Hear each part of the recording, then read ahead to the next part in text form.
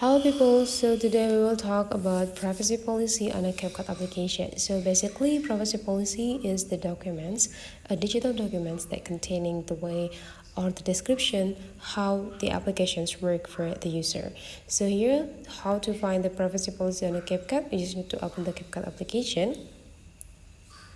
Wait until it's perfectly open.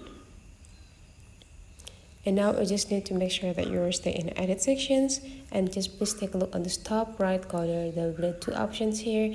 Make sure you are clicking the rightest one. And now you just need to keep scrolling down until you find privacy policy. And then you just need to go click it and wait until the privacy policy is loaded into your screen.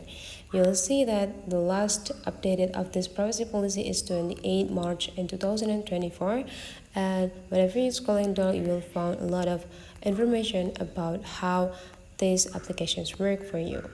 So that is the way guys how to find privacy policy on a CapCut. Hopefully you enjoyed this video, and let's meet again on the next tutorial.